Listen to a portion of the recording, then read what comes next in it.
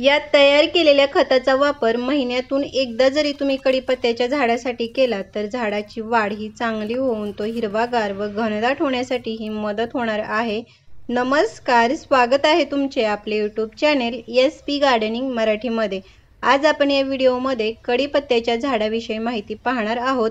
कुंडीमध्ये लावलेल्या या कढीपत्त्याच्या झाडाच्या चांगल्या वाढीसाठी, तो हिरवागार घनदाट होण्यासाठी कोणकोणती खते द्यायची, झाडाची काळजी कशी घ्यायची, या सगळ्या विषयाची माहिती आपण या व्हिडिओमध्ये पाहणार आहोत। तर त्यासाठी व्हिडिओ कुठेही स्किप न करता शेवटपर्यंत नक्की पहा। आणि जर तुम्ही या चॅनेलवरती नवीन असाल तर व्हिडिओला लाईक व चॅनेलला सबस्क्राईब करायला मात्र अजिबात विसरू नका।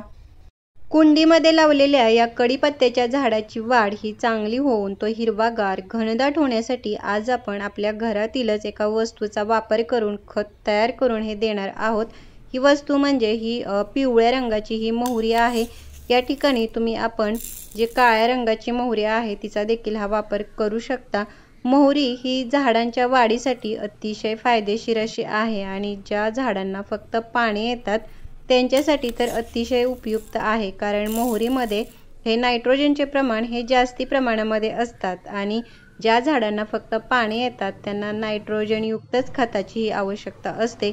तर ही जी मोहरी आहे त्याच्यापासून खत तयार करण्यासाठी ते मोहरी मिक्सरमध्ये अशा प्रकारे बारीक करून त्याची पावडर ही तयार करून घ्यायची आणि पावडर तयार केल्यानंतर देखील त्याचा वापर हा आपल्याला प्रमाणशीरच करायचा आहे।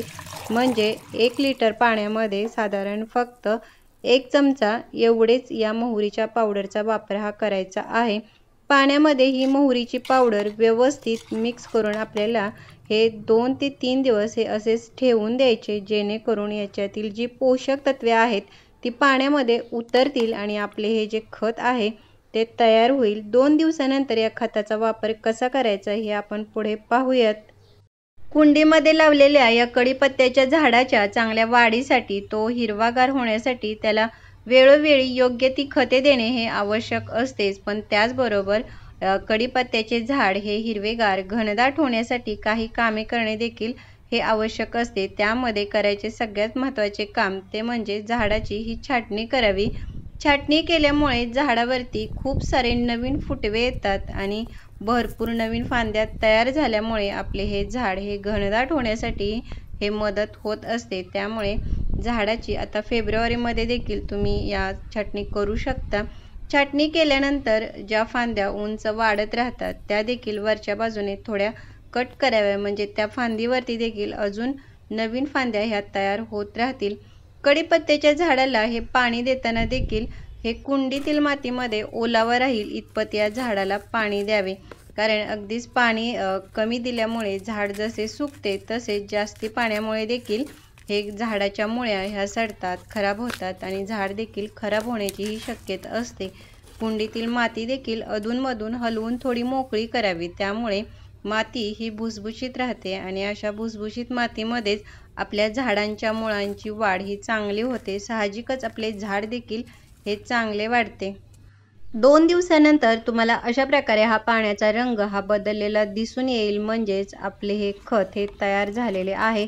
आता हे जे तयार झालेले खत आहे याचा वापर देखील असाच झाडाला करायचा नाही, कारण हे खत थोडे स्ट्रॉंग असते। त्यामुळे हे पाण्यामध्ये डायल्यूट करून नंतरच आपण याचा वापर हा झाडाला करणार आहोत। म्हणजे जर 1 मग हे खत असेल तर त्याच्यामध्ये अजून 1 मग पाणी मिक्स करून नंतरच हे आपण कढीपत्त्याच्या झाडाला हे देणार आहोत।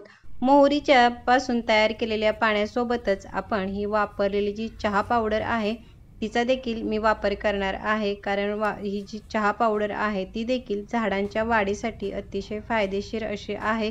वापरलेली जी चहा पावडर आहे ती जेव्हा आपण झाडांना त्याचा वापर करतो तेव्हा ती स्वच्छ धुवून सुकवून नंतरच त्याचा वापर हा झाडाला करावा।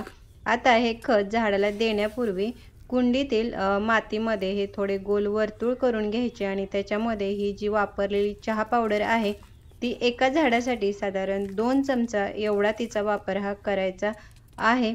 आणि ही चहा पावडर मातीमध्ये व्यवस्थित मिक्स करून घेतल्यानंतर हे जे आपण मोहरीपासून तयार केलेले खत आहे ते 10 ते 12 इंचाच्या कुंडीसाठी 1 मग या प्रमाणामध्ये हे खत आपण कढीपत्त्याच्या झाडाला द्यायचे आहे। अशा प्रकारे वापरलेली जी चहा पावडर, मोहरीपासून तयार केलेले हे लिक्विड खत महिन्यातून एकदा जरी तुम्ही कढीपत्त्याच्या झाडाला दिलेत तरी कढीपत्त्याच्या झाडाची वाढ ही चांगली होऊन तो हिरवागार व घनदाट होण्यासाठी ही मदत होणार आहे। तर कसा वाटला व्हिडिओ मला कमेंट बॉक्समध्ये नक्की सांगा। भेटूयात पुढील व्हिडिओमध्ये, तोपर्यंत बाय।